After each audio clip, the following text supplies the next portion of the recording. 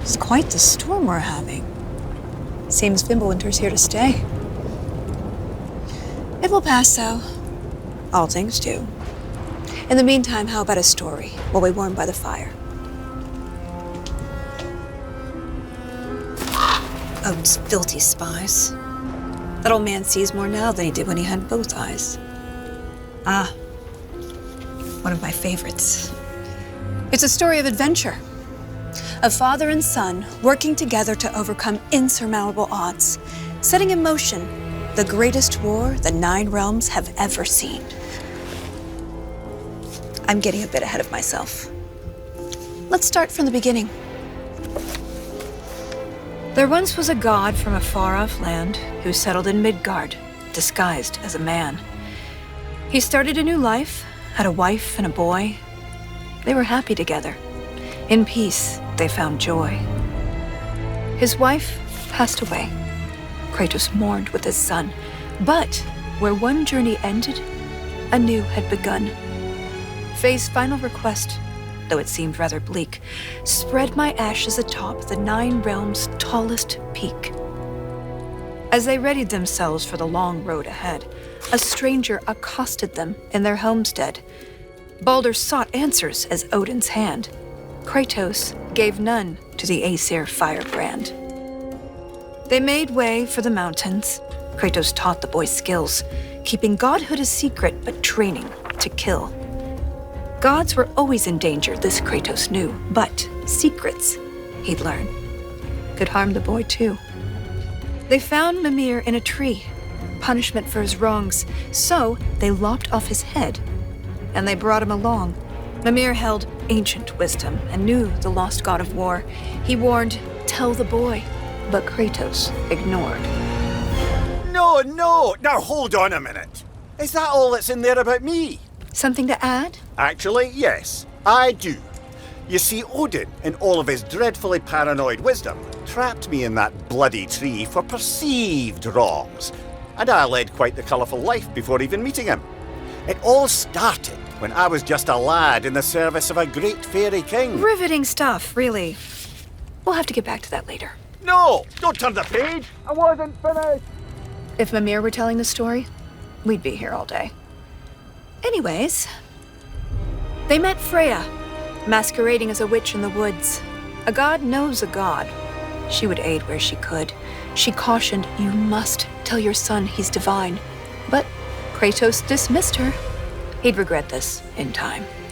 On the road, Baldur's allies, Thor's sons, attacked. Something snapped in Atreus as he tried to fight back. The Aesir lost the battle, but Atreus fell too. Kratos rushed him to Freya. She would know what to do. Freya was disheartened with the father's neglect, but with the heart of Hell's troll, she could save his son yet. Kratos thundered through Helheim and slew the great troll. He had captured its heart, but in his, burned a hole. He returned with his offering. Freya cast a keen spell, and Atreus was healed, though not all was well.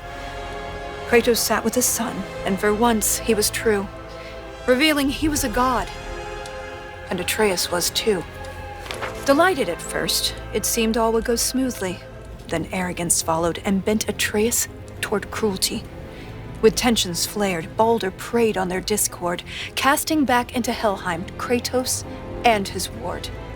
In Helheim, they learned Freya caused Baldur's plight. His mother's ill-conceived curse robbed his life of all light.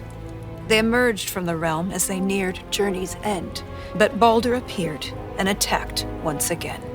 Atreus and Kratos were ready this time, stronger together with their power combined. Freya intervened on behalf of her son, begging Baldur's forgiveness for all that she'd done. Baldur strangled his mother. Kratos lunged with a snap. Baldur slumped. Freya wailed. And he died in her lap. Something changed in the world. Snow started to fall. The dawn of Fimbulwinter. The dusk of it all. Atreus asked, Is this what it means to be gods? Killing our parents, forever at odds? No! Kratos bellowed as he dropped to one knee. We will be the gods that we choose to be. Finally, together, they reached the Great Peak, finding Jotunheim's temple, the giants' retreat. A prophetic mural showed the life they had led. The boy's mother was giant, they learned as they read. Atreus walked to the cliffside. Kratos eyed the wall slowly. Beneath the boy's picture, a name was etched. Loki. They scattered her ashes and watched as they lifted. Over rolling red hills, the wind danced, and it drifted. Standing side by side, feeling hopeful and new, the boy was at peace. And the father was too. With their promise fulfilled, they returned to their home. They trained day after day, lest they'd reap what they'd sown. Atreus grew restless. Wary, Kratos remained. Ragnarok loomed as the great winter waned. Don't tell me you're thinking of stopping here. Things were just getting good. Well, I suppose we could go on a bit longer. An excellent idea. This is the most dramatic part. On second thought, perhaps we'd better cut it short. It seems that we're out of time. If you want to know how this story ends, I'm afraid you'll have to find out for yourself. Until then.